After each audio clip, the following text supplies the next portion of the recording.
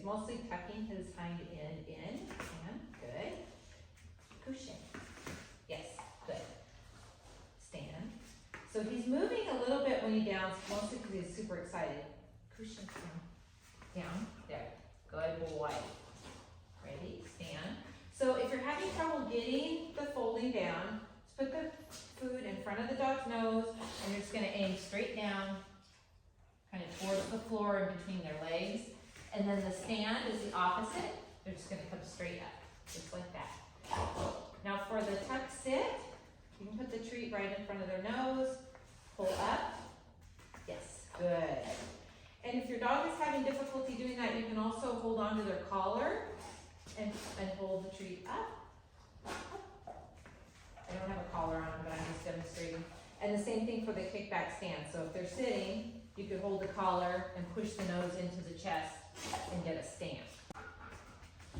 All right, so last week we were working on teaching our dogs to get all 4 feet up on the platform. So if your dog knows how to do that, that's great. Yes, I'm gonna toss the cookie. If your dog doesn't know how, yes, what you're gonna do is have the platform in front of you. You're gonna toss a cookie. And as soon as your dog comes back and puts 1 foot on, yes, good. Or 2 feet. That time you got 3. Rockway knows how to do this, but yes, good.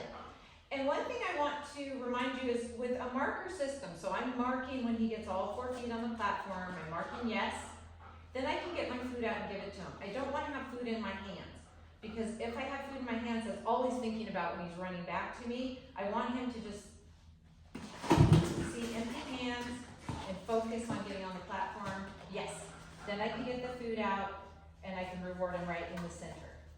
So I'm going to toss him again. Yes, good boy. Good job, buddy. Okay, so that was last week.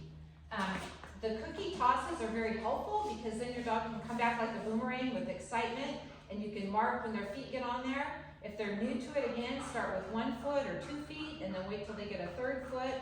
And once they're getting 3 feet, wait till all 4 feet are on there. Each time you're gonna mark yes, toss a cookie, have them come back. The other thing, one thing I didn't touch upon is I'm gonna toss a cookie. And when your dog is getting all 4 feet on, yes, we can do multiple rewards. Good boy. Right, so I marked once, but I'm gonna give him multiple pieces of food. Yes, I already had the food in my hand that time, so that's not ideal, but you get the point. If once they get all 4 feet on, then occasionally we can reward with lots and lots of cookies. Now next week, I'm hoping everyone will have their dog in a front position, standing with all 4 feet on the board. We're gonna move it to heel position, yes. Okay. And you'll be working on tossing the cookie behind you, waiting for the dog to come back, yes.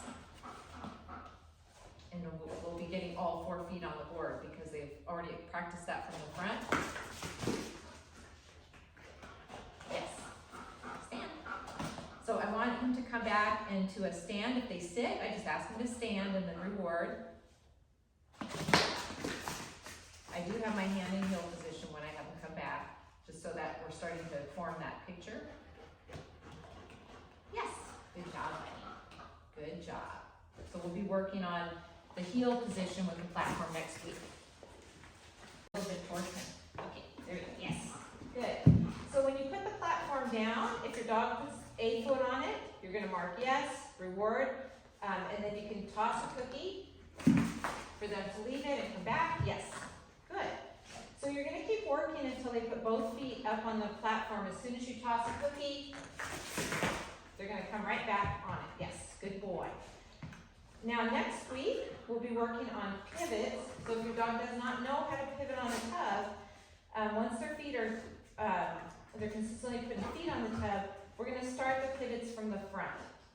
So I'm gonna stand in front of my dog and turn, yes. And as soon as he starts to pivot his hind end, yes, I'm gonna mark it and reward it. Rocco knows how to pivot, so he's like on top of it. And then we wanna do both directions. Yes, good boy.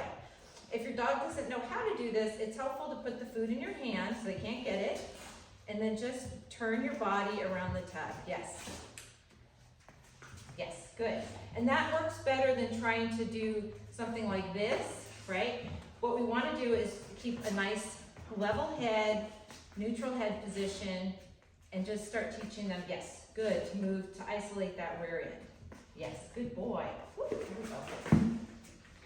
Okay, so we're gonna work both ways.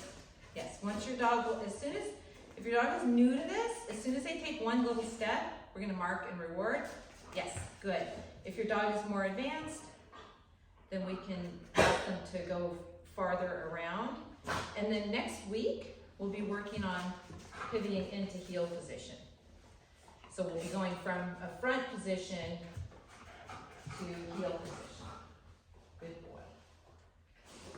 Good job. So one thing we covered right at the end of class were hand touches. So if your dog does not know how to do a hand touch, it's very simple to teach. We hold out a hand. When your dog investigates it, yes, mark yes, and I reward near my hand. And I present my hand again, yes. Okay, put the food right in my hand. He knows how to do a hand touch. And then we try doing the other hand, yes, good boy. Okay. Then we can start changing hand position. Once they're consistently touching when we present our hand, we can start putting it above the head. Yes. Yes. So now I'm asking him to jump up for my hand. Yes. Good boy. So we want to get to that point, and occasionally you can toss a cookie or reset your dog when he comes back. Yes. Good job. I'm not even using a verbal cue or anything. I'm just having him come in and jump up to get my hand. Yes, good boy. So next week we'll be working on hand touches above the head and some games that we can play with the hand touch in heel position.